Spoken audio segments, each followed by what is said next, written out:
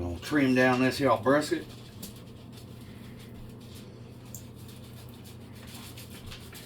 Any big hunks or anything that are just like sticking off of it, you get rid of. We're not gonna throw it away. I'll still throw it on the smoker. Probably give the meat to the dogs. I'll render down the fat into tallow for when I'm actually finishing up the brisket.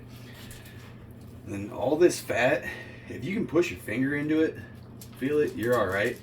But if it's hard, or like you push your finger in and it holds that indent, that's called Declan fat. It is thick and won't really cook down very well, so it's not very edible. So you want to trim that down. Save it though. Same thing, we'll make tallow out of it. Tallow will be good for when we wrap the brisket.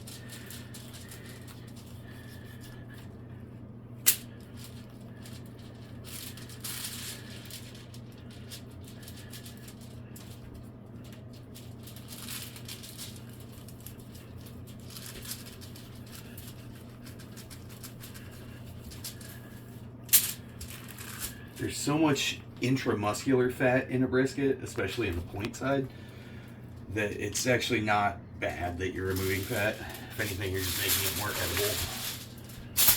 Yeah, like we got this big old hunk here that's not doing us any favors.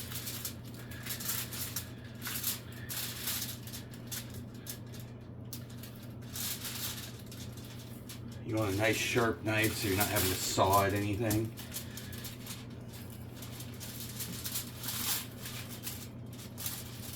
You can just keep pulling back and just cutting a little deeper.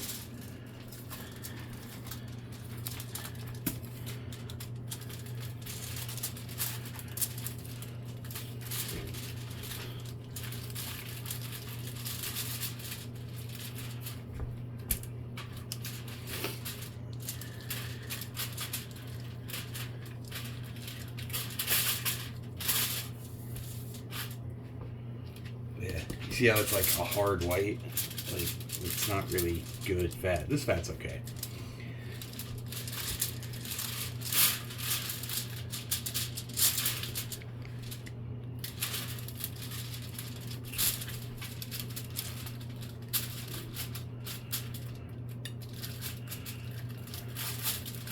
If you're doing any plunging cuts with the knife like I was just doing, do it away from you, not towards you, so you don't cut or stab yourself.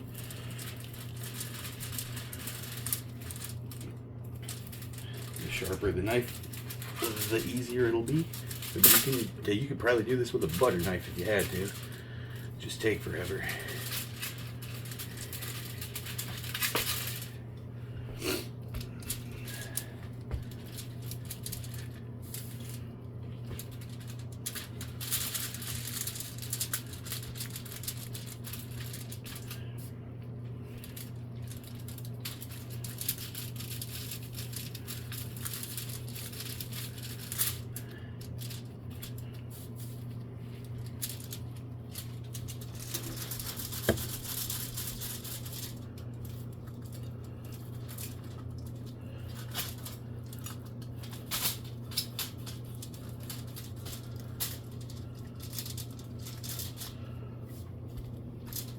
So we got that little vein there. You could keep digging that out if you wanted. I'm okay with it being there.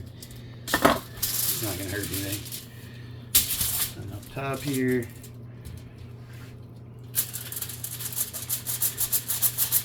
You don't want a huge layer of fat over the top. 1/4 inch or less. I mean, really, it's personal preference, but.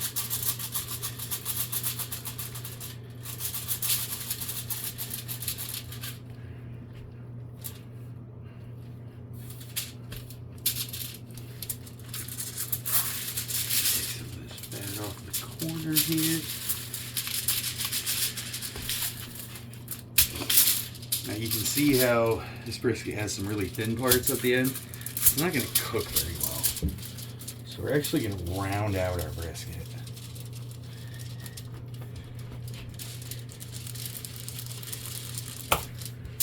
This is how you'll see it done in competitions, most barbecue joints. There's nothing wrong with this meat.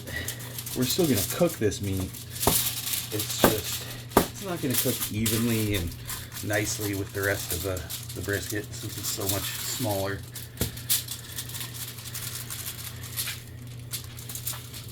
But you can see that's just super thin.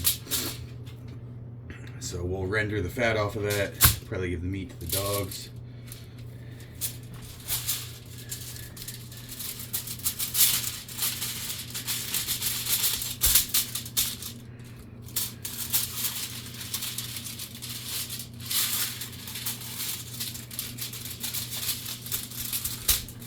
I'm okay with this. I don't mind leaving it a little rough. Some places go really, really heavy on the trim. I don't think it matters. So now we're there.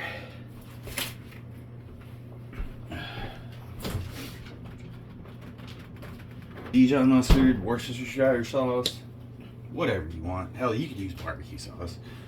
I don't recommend the barbecue sauce, it's too much sugar, but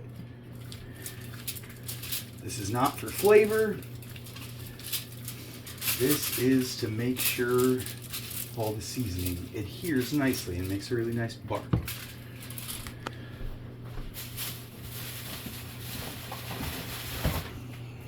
I like this stuff. Meat Church makes a lot of really good stuff. They also make some really good barbecue videos.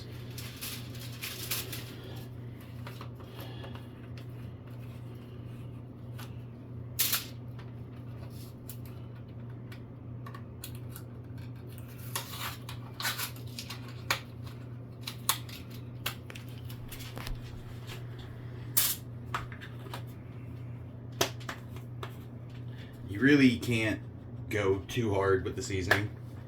It just, if it sticks, it's good.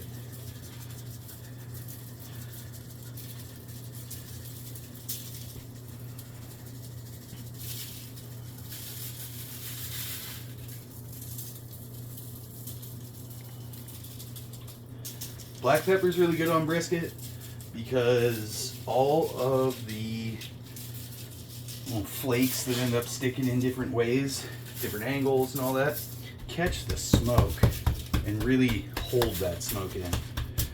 That's why Texas barbecue is just salt, pepper, or sometimes salt, pepper, garlic for traditional brisket. I don't really care for traditions. I cook it the way I like to cook it. That's how everyone should do barbecue, because there's no right or wrong way. Unless you think you're cooking by time.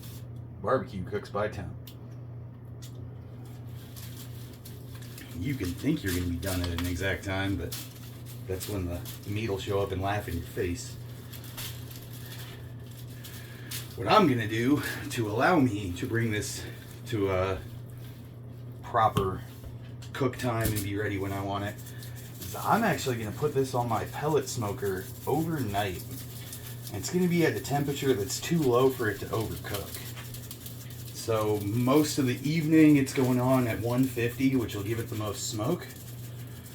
And then before I go to bed, I'm going to bump it to 180. 180 is usually where the meat starts to stall.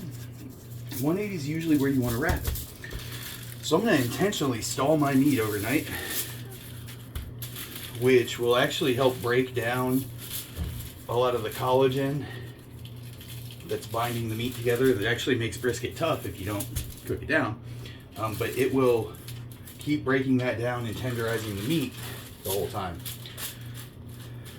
And then when I'm ready to, tomorrow morning, I will pull it and wrap it with that beef tallow that we're going to render out from all this fat here.